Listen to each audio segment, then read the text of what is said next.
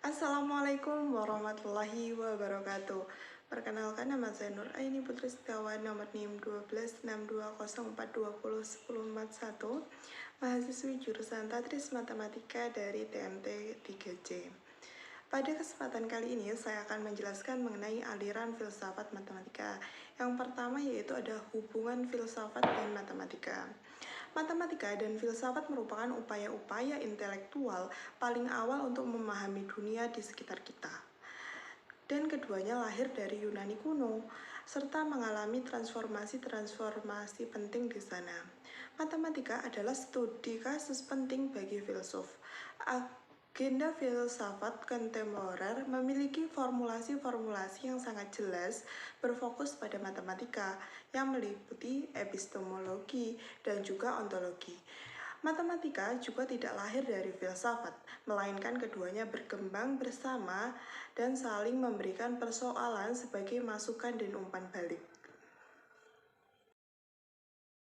Selanjutnya ada filsafat matematika. Filsafat matematika lahir sejak ribuan tahun lalu yang perkembangannya diwakili oleh pada saat filsuf Pythagoras berkeyakinan bahwa bilangan adalah yang paling bertanggung jawab dalam mengatur alam semesta. Filsafat matematika merupakan kajian filsafat yang sasarannya adalah matematika.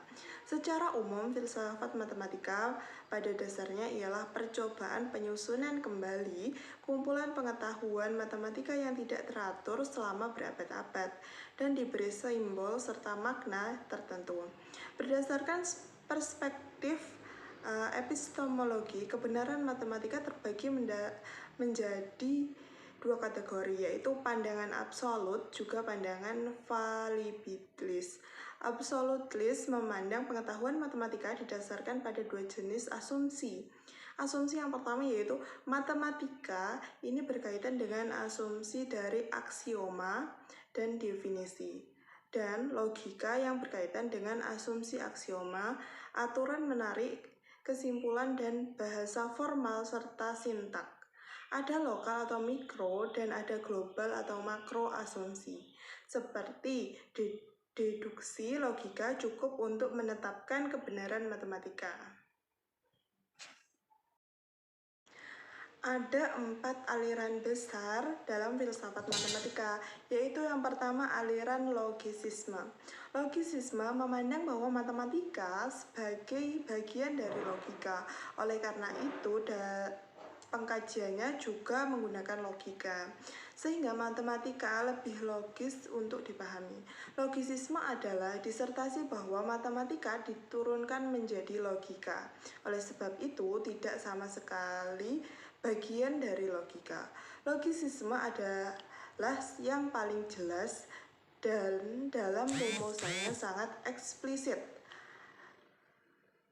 Dua pernyataan penting yang dikemukakan yaitu yang pertama, semua konsep matematika secara mutlak dapat disederhanakan pada konsep logika. Yang kedua yaitu semua kebenaran matematika dapat dibuktikan dari aksioma dan aturan melalui penarikan kesimpulan secara logika dan semata. Logisisme sendiri adalah disertasi bahwa matematika diturunkan menjadi logika. Oleh sebab itu, tidak ada sama sekali bagian dari logika. Aliran yang kedua yaitu aliran formalisme. Aliran ini menyatakan bahwa matematika merupakan sistem lambang yang digunakan dalam mewakili benda-benda atau yang ada atau menggunakan proses pengolahan terhadap lambang-lambang yang digunakan. Formalisme ini berpegang pada prinsip bahwa pernyataan matematik itu bisa diartikan sebagai pernyataan tentang konsekuensi dari aturan rangkaian manipulasi tertentu. Menurut formalisme, kebenaran matematik adalah bukan tentang bilangan ataupun himpunan dan segitiga atau semacamnya, seperti kenyataannya. Versi lain dari formalisme ini lebih sering dikenal dengan deduktivisme. Aliran yang ketiga yaitu intuitisme. Intuisionisme. Aliran ini itu memandang bahwa matematika sebagai hasil dari intuisi.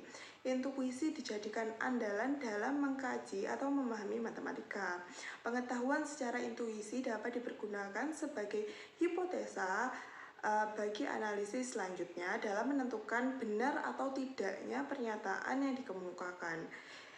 Intuisionisme menyatakan bahwa objek dari segala sesuatu termasuk matematika, kebenarannya itu hanya terdapat pada pemikiran kita, sedangkan pada secara eksternal dianggap tidak ada.